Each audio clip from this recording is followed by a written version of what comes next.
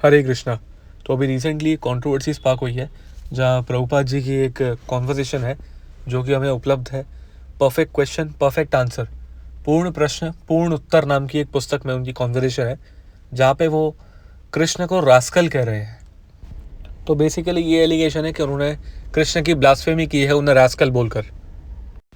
तो हम अच्छे से उस पूरे कॉन्टेक्स्ट का क्रिटिकल एनालिसिस करेंगे और देखेंगे कि प्रभुपाद जी ने कहा क्या है और क्यों रास्कल कहा है कृष्ण को, किस संदर्भ में कहा है, किसी भी संदर्भ में कहा हो, क्या ये कहना उचित है। और इसी कंट्रोवर्सी से रिलेटेड इंटरनेट पे ऑलरेडी कुछ एलिगेशंस हैं तो वो भी एड्रेस करेंगे बिना किसी जलेबी के। अगर हमें किसी चीज़ को निष्पक्ष तरीके से स्पष्ट तरीके से समझना है तो हमें बिना किसी क्लैरिफिकेशन के पहले पूरा कॉन्टेक्स्ट देख लेना चाहिए एज इट इज़ कि उस बुक में चल क्या रहा है, उस टेक्स्ट में चल क्या रहा है। फिर पढ़ लेने के बाद सभी के लिए एकदम संतुष्टिजनक हो ऐसा निराकरण करने का प्रयास हम करेंगे। तो ये बुक है परफेक्ट क्वेश्चन परफेक्ट आंसर। इसका चैप्टर 1 है, पेज नंबर 1 है। चैप्टर का टाइटल का नाम है कृष्णा द ऑल अट्रैक्टिव। यहाँ पे कॉन्टेक्स्ट ये चल रहा है कि बॉब नाम के एक डिवोटी हैं, वो प्रभुपाद जी से कृष्ण के विषय में, उनके नाम के विषय में प्रश्न पूछ रहे हैं। तो प्रभुपाद जी उनको उत्तर देते हुए चल रहे हैं। उन्होंने पूछा है कि कृष्ण का अर्थ, तो प्रभुपाद जी बता रहे हैं कृष्ण का अर्थ ऑल अट्रैक्टिव। अगर ईश्वर अट्रैक्टिव ही नहीं होंगे तो हम उससे अट्रैक्ट क्यों होंगे, उनसे उनके पास जाने का, उनकी भक्ति करने का कोई कारण ही नहीं है। तो वो कहते हैं कि उनका नाम कृष्ण ही क्यों। फिर प्रभुपाद जी समझाते हैं कि कृष्ण का अर्थ ही है ऑल अट्रैक्टिव, इसीलिए उनका नाम कृष्ण है। फिर वो पूछते हैं क्या वो ऑल पावरफुल यानी सर्वशक्तिमान है। तो प्रभुपाद जी कहते हैं हाँ हाँ, अगर कोई सर्वशक्तिमान नहीं होगा तो हम उनसे अट्रैक्ट क्यों होंगे, ये तो उनकी लिमिटेशन हो गई, कमी हो गई। तो ये फर्स्ट पेज का मैंने आपको सिर्फ कॉन्टेक्स्ट बता दिया, एज इट इज़ मैंने टेक्स्ट रीड नहीं किया है वरना टाइम लग जाता। अब हम अपने मेन मुद्दे पर आते हैं। अब यहाँ पे प्रभुपाद जी कह रहे हैं एवरीथिंग, सब कुछ होना चाहिए उनमें।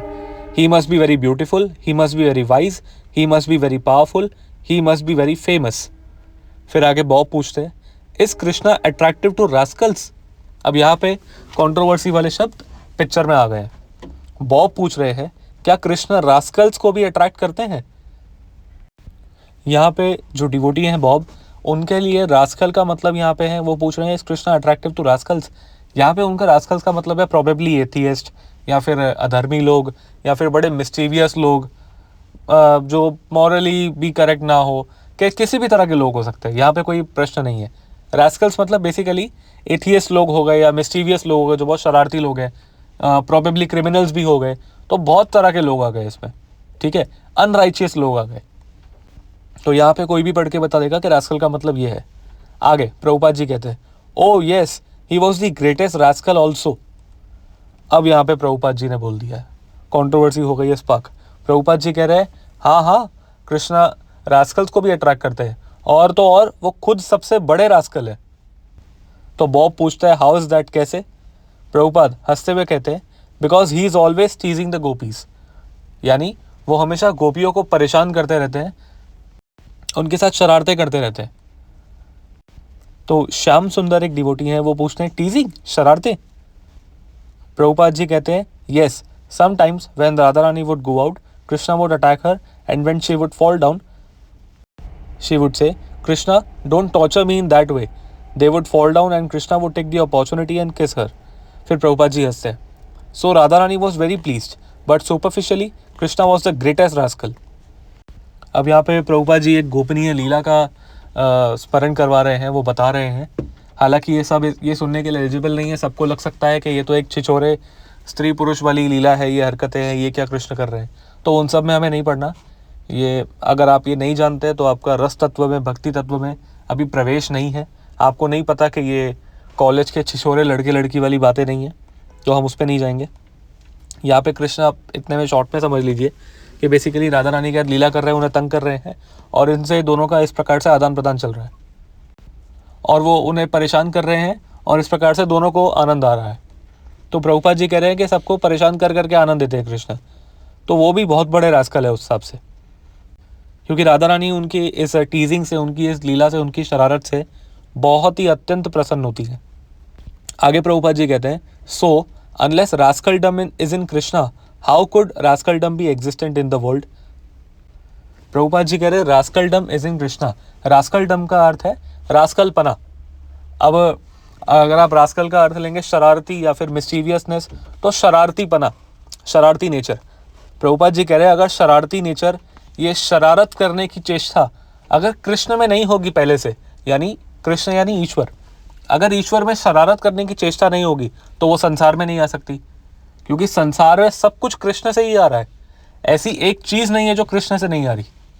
अगर आप कह देंगे ऐसी कोई भी चीज़ है जो कृष्ण से नहीं आ रही है, मतलब वो कृष्ण की मर्यादा से यानी ईश्वर की मर्यादा से बाहर हो गई, और ईश्वर की मर्यादा से बाहर तो कुछ होता नहीं है। अगर बाहर हो जाएगा तो वो चीज़ ईश्वर से ज़्यादा पावरफुल हो जाएगी, यानी ईश्वर के बाहर भी कुछ क्वालिटीज़ है जिसको ईश्वर कंट्रोल नहीं कर पा रहा है, जिसका ओरिजिन ईश्वर नहीं है। इसका मतलब ये हो जाएगा। इसीलिए रास्कलडम यानी शरारत पने वाला नेचर भी, ये चेष्टा भी कृष्ण से ही आती है। आगे वो कहते हैं our formula of God is that he is the source of everything. Unless rascaldom is in Krishna it could not be manifest here, because he is the source of everything, but his rascaldom is so nice that everyone worships his rascaldom.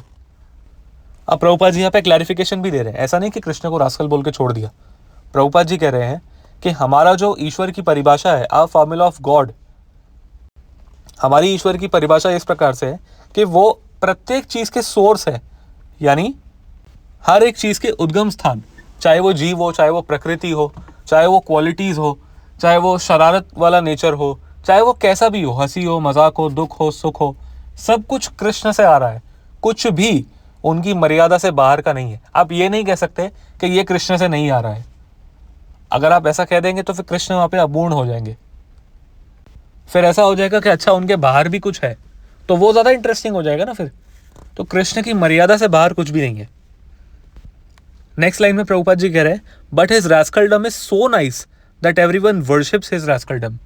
मगर कृष्ण का जो रास्कलडम है, कृष्ण का जो शरारत करने की जो चेष्टा वाला नेचर है उनका, उनकी जो शरारतें हैं वो इतनी अच्छी है, इतनी अच्छी है, इतनी विशुद्ध सत्व में स्थित है कि सब उनके रास्कलडम यानी उनके शरारती नेचर, उनकी शरारतों की पूजा करते हैं।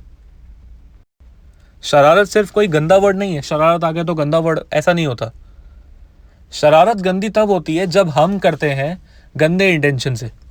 अगर ईश्वर कर रहे हैं तो ईश्वर तो कोई गलत काम कर नहीं सकते, तो वो शरारत भी जब करेंगे तब एकदम सात्विक तरीके से करेंगे, एकदम हार्मलेस तरीके से करेंगे, और वो दिव्य धरातल पर होगी, भौतिक धरातल पर नहीं होगी।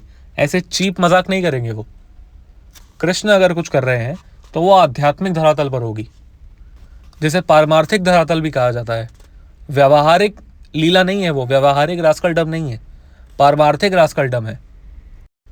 और सिर्फ रास्कलडम ही नहीं, कृष्ण कुछ भी करे उसकी पूजा ही होती है।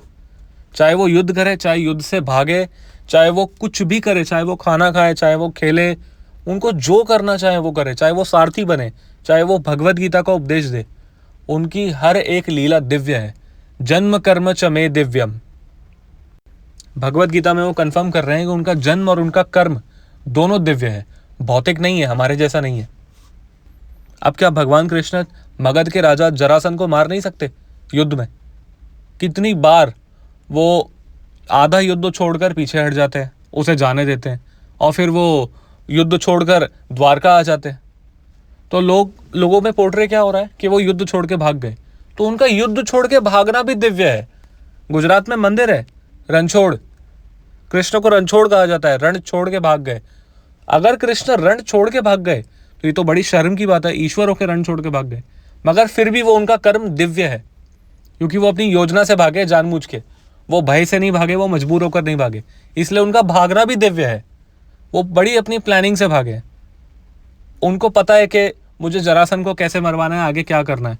वो अपनी बड़ी लीला, बड़ी पिक्चर को जो आगे होने वाली है उसको प्रायोरिटी देते हैं और अपने हिसाब से सब प्लान करते हैं।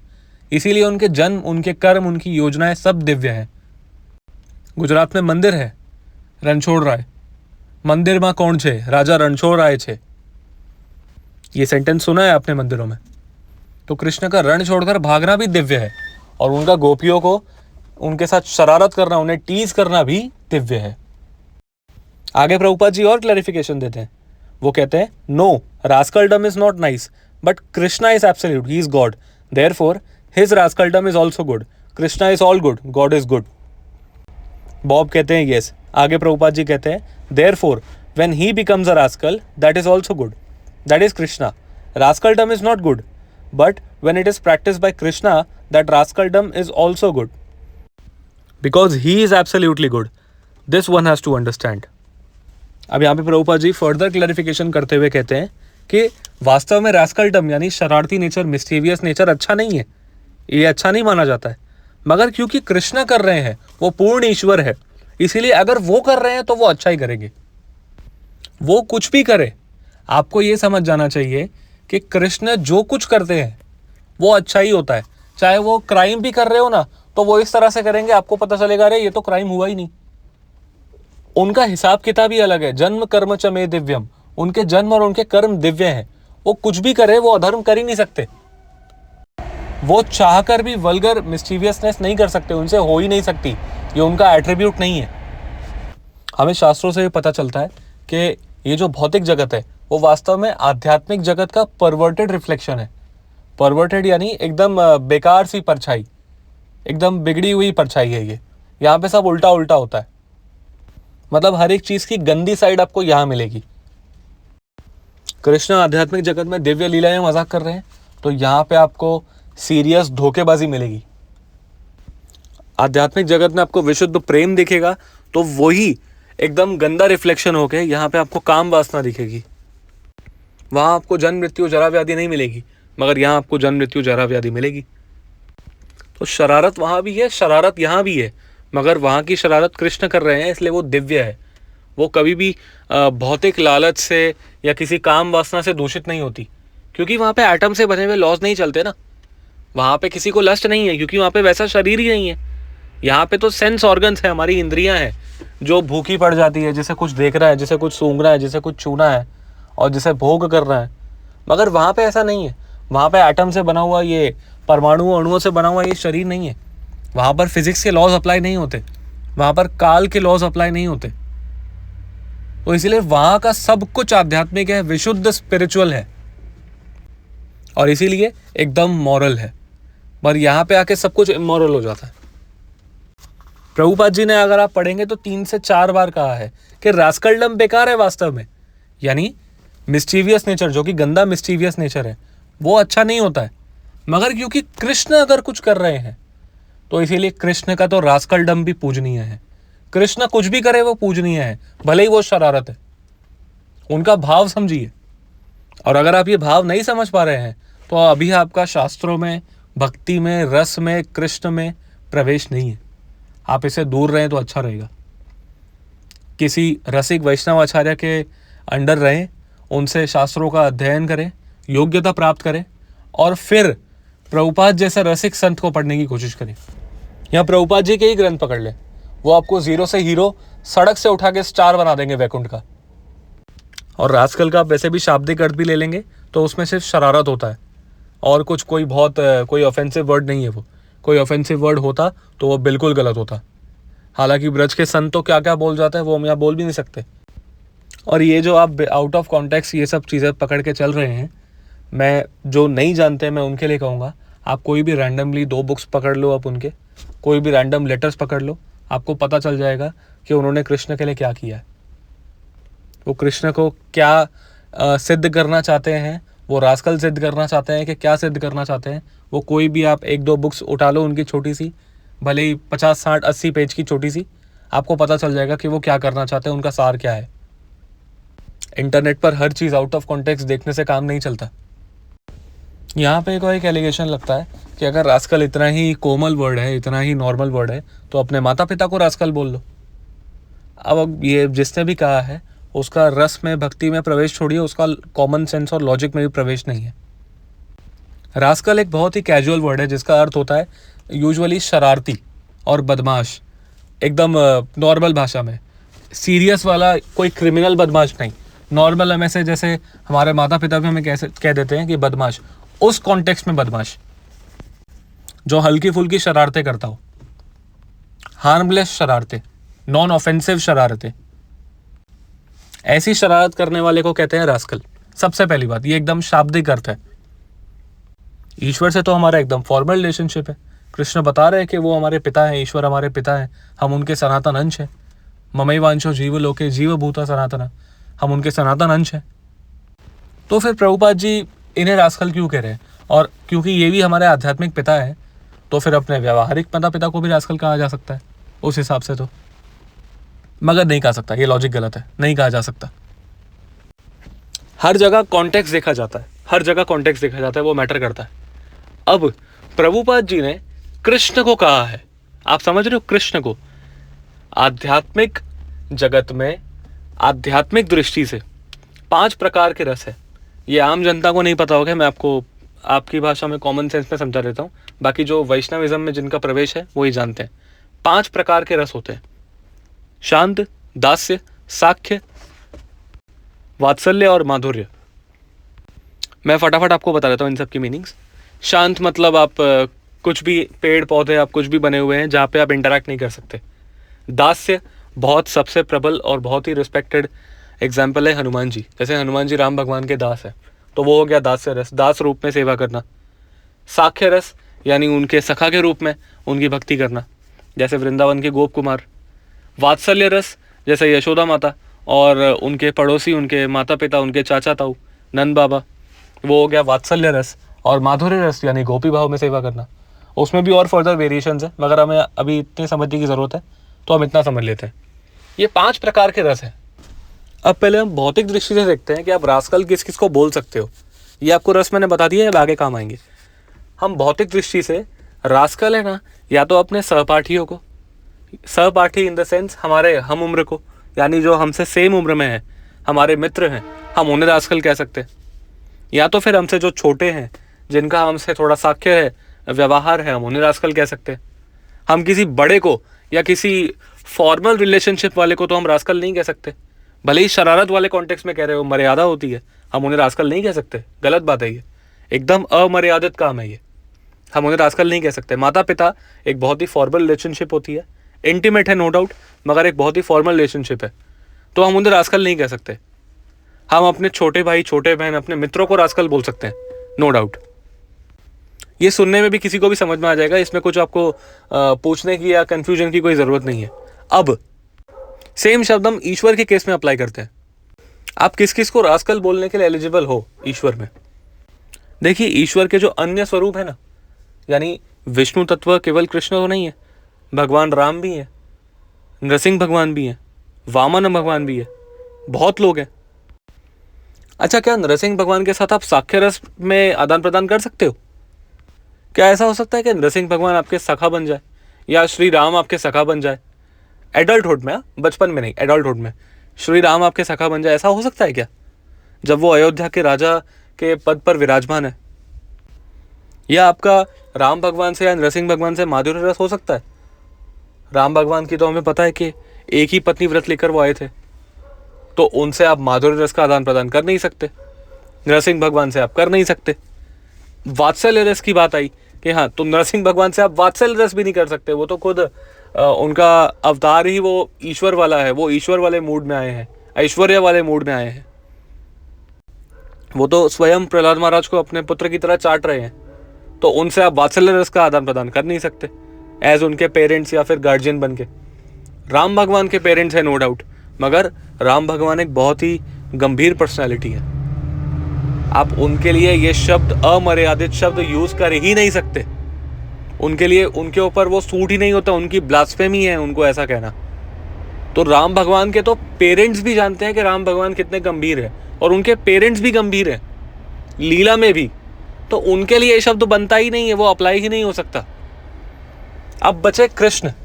कृष्ण इस डेफिनेशन में 3 केसेस में फिट हो रहे हैं अगर आप देखो तो। शांत रस में वो फिट नहीं होते क्योंकि वहां पे उनसे कोई इंटरेक्शन नहीं है उनके भक्त का। दास्य रस, तो दास कभी भी अपने स्वामी को रास्कल नहीं बोलता, भले ही लीला में नहीं बोलेगा, कभी नहीं बोलेगा, तो वहां भी ये फिट नहीं बैठता। मगर साख्य रस में फिट बैठ रहा है क्योंकि कृष्ण अपने सखा के साथ लीला कर सकते हैं, सखा उनके बराबर के हैं, कृष्ण अपने सखा के बराबर होकर उनके साथ खेल रहे हैं, वो कह सकते हैं। अगला वात्सल्य, तो वात्सल्य रस वाले डिवोटीज कह सकते हैं, वो भक्तगण कह सकते हैं, यशोदा माता उन्हें कह सकती है, उनके पड़ोसी उन्हें ये कह सकते हैं। और कृष्ण ऑफेंड भी नहीं होंगे, उनको कहा भी है, उन्हें डांट पड़ती भी है, हमने देखा है, उनको ओखल से बांध दिया जाता दामोदर लीला में। तो बहुत सारे इंस्टेंसेस हमने देखे जहाँ उनको डांट पड़ रही है या वो थोड़ी सी चीज़ के लिए बड़ा स्ट्रगल कर रहे हैं, तो वात्सल्य रस वाले उनको डांट लगा सकते हैं बिल्कुल, और उनको शैतान, नटखट जो भी कह सकते हैं, रास्कल कह सकते हैं। माधुर्य रस वाले भी कह सकते हैं, गोपियां उन्हें कह सकती है, उनका अधिकार है उन पर, माधुर्य रस है। तो यहाँ पे देखोगे डेफिनेशन वाइज कृष्ण को 3-3 जगह कहा जा सकता है, मगर कौन कह सकता है वो देखने वाली बात है। कोई आम आपके हमारी तरह नहीं कह सकते, आपके और मेरे जैसे लोग नहीं कह सकते। जो रसिक संत हैं, जिन्होंने सालों तक भजन किया है, जो नित्य सिद्ध हैं, उनका अधिकार है ये कहना, क्योंकि उन्होंने कृष्ण को रियलाइज किया है, हमने नहीं किया है। हम सिर्फ मेंटल लेवल पर कृष्ण को मान रहे हैं, मगर प्रभुपाद जी मेंटल लेवल पर नहीं मान रहे हैं। जो मेंटल लेवल पर मानता है वो इतना प्रचार नहीं कर सकता, ना ईश्वर उनसे करवाएंगे इतना प्रचार।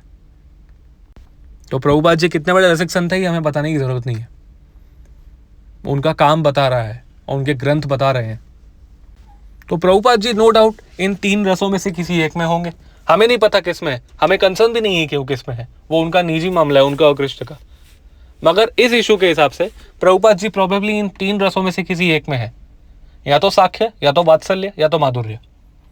और वो बिल्कुल कह सकते हैं एक रसिक संत होने के नाते। अब वृंदावन में जाओगे ना तो आप तो पूरा दिन ऑफेंड ही होते बैठोगे, आप तो मिर्ची ही लेके घूमते रहोगे अपने मुंह में, अगर वृंदावन के संतों की वाणी सुन लोगे तो। वो तो क्या क्या नहीं बोलते कृष्ण को, मगर वो बोल सकते हैं, उनको अधिकार है, उनकी उतनी रियलाइजेशन है, उनकी भक्ति उतनी है कि कृष्ण सुनकर भी उनके अधीन हो जाते हैं ये सब।